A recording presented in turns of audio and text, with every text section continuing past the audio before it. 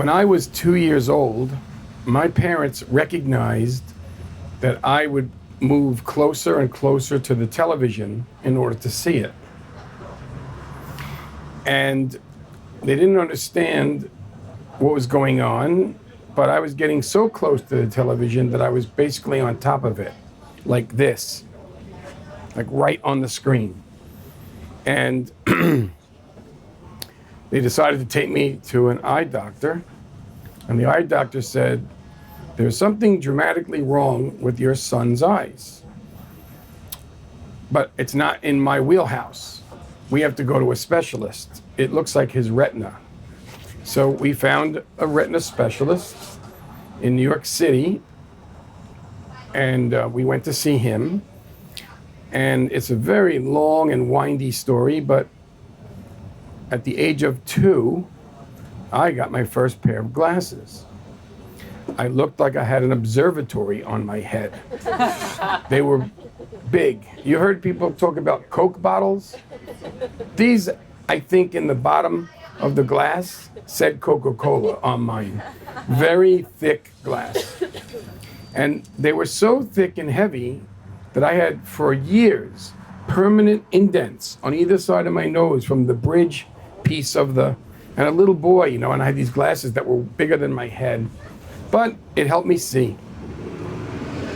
And I don't remember being too fussy about it, except that as I was getting older, the glasses were getting bigger, and I wasn't getting proportionally big for those glasses.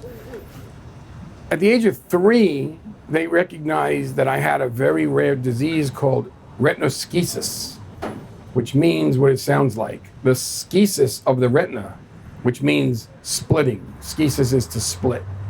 And my retina split exponentially in half, quarters, eighths, 16ths, 32nds, 64ths, 128, 256, 512, 1024, and it obliterated.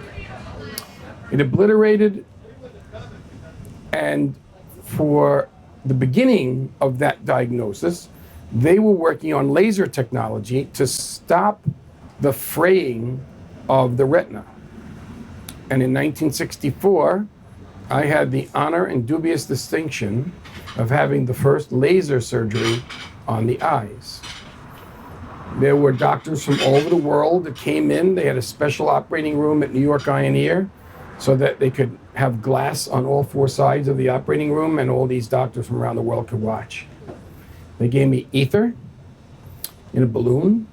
I can still today remember that smell. I was 3, but I remember it. The machine, the laser machine, was about the size of the Old English pub. I remember it. It was huge. It was 2 rooms large, really big. Today, it's about the size of a cell phone. And it's handheld, and it's amazing what happened. But they only worked on one eye, my right eye. They wanted to keep the left eye healthy in case they blow it. So they realized in 1964 that I was responding well to the procedure, and for the next few years, my left eye was getting worse, which was never touched, and the right eye was staying stable. In 1967, they improved on the algorithms of the laser, and they gave me yet another opportunity to be in that beautiful operating room with the balloon and the big laser machine, which was not as big, I think, but I'm just making that up. It was pretty big. And they, again, shot a laser on my retina in my right eye, which is the one they were working on the whole time. And they left the left eye alone. The surgery was completed. My eye remained, the right eye remained stable. And in late 1967, they declared my left eye, which again was never touched, to be totally blind in the left eye. That means that the success was proven that this laser could actually stabilize the splitting of the retina. And it was a huge breakthrough in ophthalmology. It was a rare disease, but it had benefits in so many other ways in dealing with the retina, apparently. In 1973, I woke up blind one morning, and it happened to be my 12th birthday. And that's a whole separate story. You'll have to come back another time to hear that one. But I could not see, and I didn't understand. So I rubbed my eyes and took the sand out. I still believe there was a Sandman at that time. And my eyes were red and bloodshot from rubbing my eyes so much because I couldn't see. And everybody that I talked to did not believe me. They thought I was lying, especially my family. And not only did I get punished by my parents, but I got expelled from school because I wouldn't take a spelling test because I said I couldn't see the paper. So I was graduating from 6th grade, mind you, big deal, a really big deal. And they suspended me on the 4th of June, and I was going to be done like the 21st of June. I was shattered at the ripe old age of 12. In 1985, I was up here in Albany because I came here to go to college, and I was sitting in my apartment on Ontario Street, and I had a cable box. Those of you who are in my age group, it was a cable box that was this long.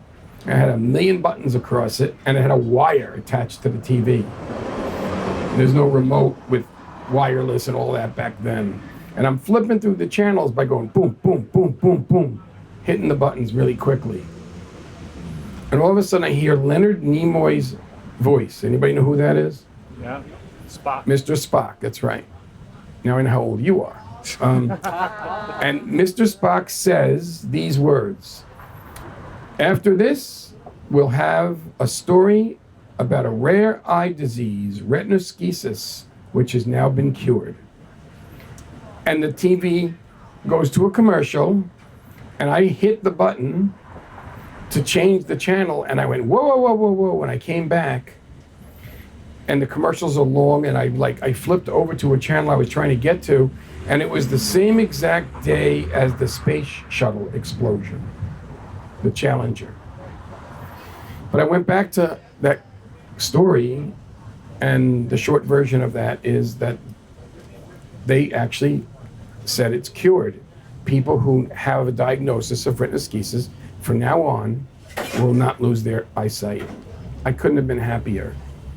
I go to the eye doctor in 1985, which is when they established the cure, and my eye doctor on Long Island was all choked up when I got there. And I'm like, what's up, doc? I actually said that. And he was really upset. And I'm like, what's up? And he says, Michael, I'm just afraid to tell you that this cure is so upsetting to me because you were born 10 years too early. And I said, Doc, I don't understand. I was born right on time. My job was to be on that table getting the first laser procedure so they could figure out where they were going. I did my job. They helped me. I got to see for 6 more years than I would have ever gotten to see without it. And now there's a cure. And I don't know why you don't think that's good news. I think it's fabulous. Thank you.